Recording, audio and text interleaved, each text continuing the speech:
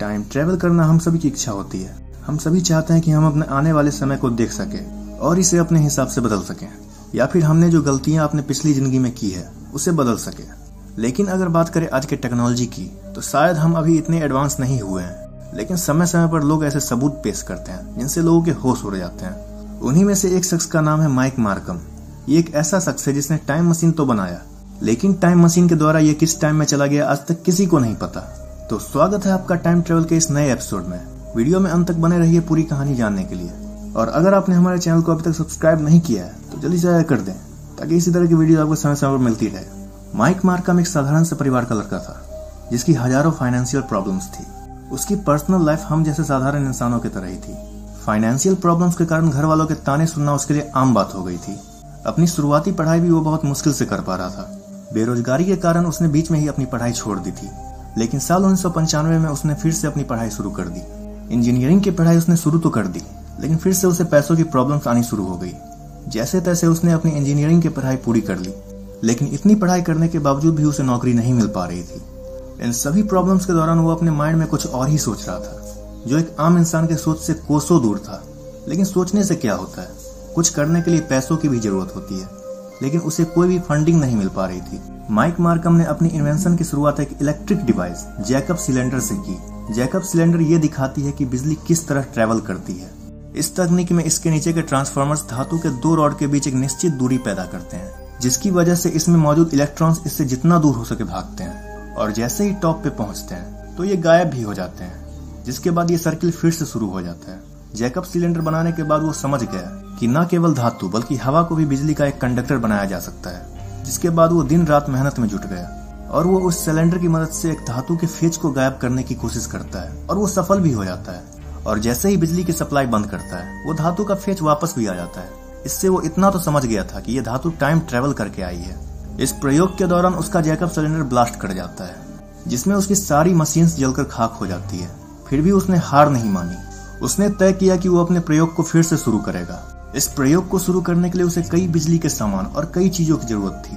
उसने ये सारी चीजें खरीद तो ली, लेकिन उसके जरूरत के मुताबिक जो भी सामान उसे चाहिए थे वो उसके बजट के बाहर था। ये सब देखकर मार्कम काफी ज्यादा उदास हो गया, लेकिन फिर उसे याद आया कि उसके घर के बगल में ही एक पावर स्टेशन भी है।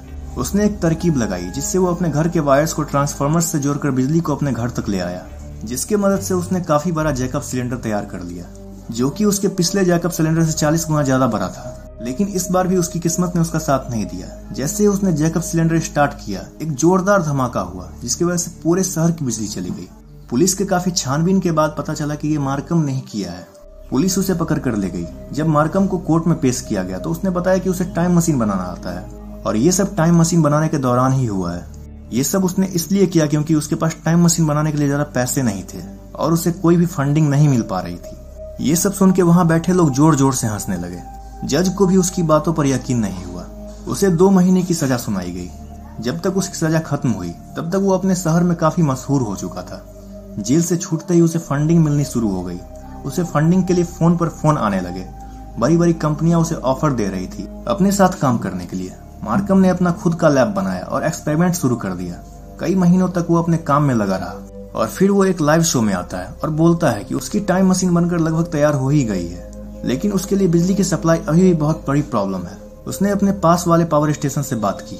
उसने उनसे रिक्वेस्ट की कि वो उसे 3 गीगावाट की बिजली सप्लाई कर दे। पावर स्टेशन वाले इसके लिए राजी हो गए। उन्होंने उसे चेतावनी दी कि ये काम काफी खतरनाक है, लेकिन मार्कम ने उसे समझाया कि उन्हें इसकी चिंता करने की कोई जरूरत नहीं है। एक्सपेरिमेंट करने के ठीक पहले उसने एक प्रेस कॉन्फ्रेंस बुलाया और सभी को अपने घर का एड्रेस बता दिया और बोला, मैं टाइम ट्रेवल करने जा रहा हूँ और अपने साथ अपना मोबाइल भी ले जा रहा हूँ, ताकि फ्यूचर में जो भी चीज देखूं उसे अपने फोन में रिकॉर्ड कर पाऊं। साथ ही उसने ये भी कहा कि जब मैं लौटूंगा तो काफी अमीर हो चुका हूँगा। मैं अपना एड्रेस इसलिए शेयर कर रहा हूँ ताकि आप लोग मेरे लौटने के बाद मेरी अमीरी देख सकें। इसके बाद से लोगों ने उसे मैडमैन कहना शुरू कर दिया। आखिरकार वो दिन आ ही गया जब वो इस एक्सपेरिमेंट को अंजाम देने वाला था। इसकी गवाही के लिए उसने कुछ लोगों को भी बुलाया।